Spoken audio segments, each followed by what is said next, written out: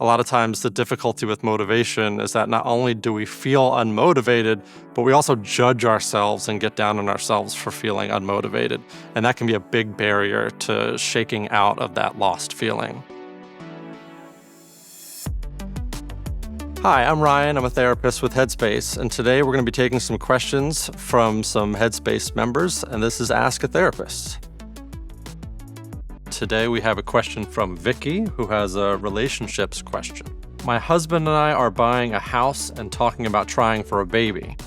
How can I stay present and enjoy the process instead of getting caught up in thinking about the end goals? Well, Vicky, thank you so much for sharing that you are going through these major life events. Obviously, this is a very intense time, and when we're going through major life changes, that can bring with it a lot of emotions. And of course, we'd love to fast forward to the end where you have a house and you have a baby and everything is the way that you want it to be. In therapy, these sorts of major life changes can bring up a lot of agitation, a lot of stress, and it can be hard to enjoy the process. An example might be, and this is something my wife and I went through ourselves, buying a house, hugely stressful process. There's moving in, there's, all the different organization things that you have to do after you buy a house. One of the things I'll never forget, though, is that first night in the new house, we had a frozen pizza and champagne. And being able to celebrate the small steps in between the huge amount of work that we still had to do and moving all the furniture in and all the things that come with a new house. Having that little win, that's the thing that I'm going to remember. Being able to break the large goals down into smaller steps, but then to celebrate those wins along the way, that really reinforces that you're taking the actions that are necessary that will eventually get you to that end goal. Being able to celebrate going to look at a house, go for a walk, go out to lunch, talk about how you're feeling. These steps along the way help you to feel like you're doing the actions that are necessary to help you feel good, even if you're not at the end step yet. So Vicky, I know you're going through a really complicated time right now, but if you can slow this process down for yourself and with your husband being able to celebrate the wins along the way, I hope this is a process that you're able to enjoy and really celebrate because it's worth celebrating. So thank you for this question and good luck with everything. Our next question comes in from Jerome. And Jerome asks, what are some small, realistic habits I can develop to improve myself and mental health? I would love to prioritize self-care, create a work-life balance, and manage my stress and anxiety better, but I'm not sure where to start.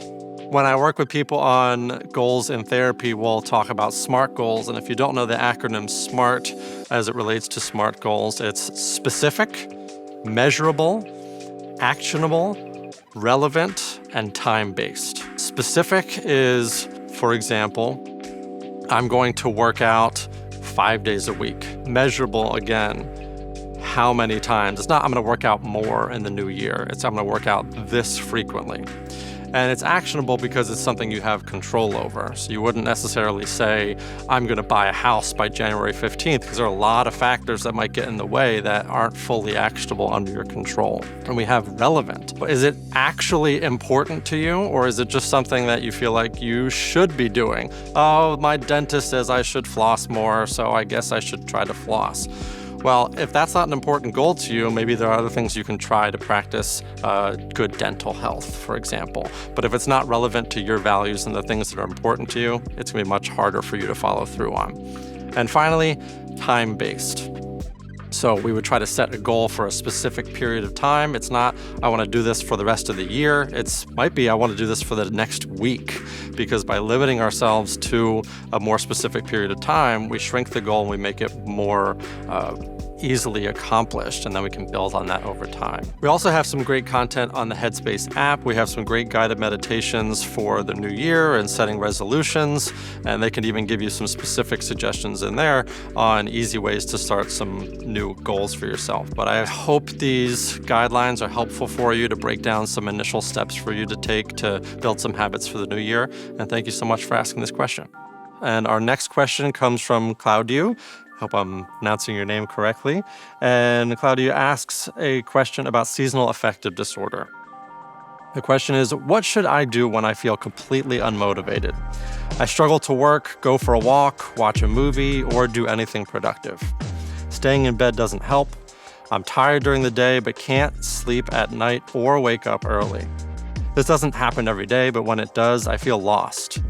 Do you have any suggestions? Is there a specific Headspace program I should try?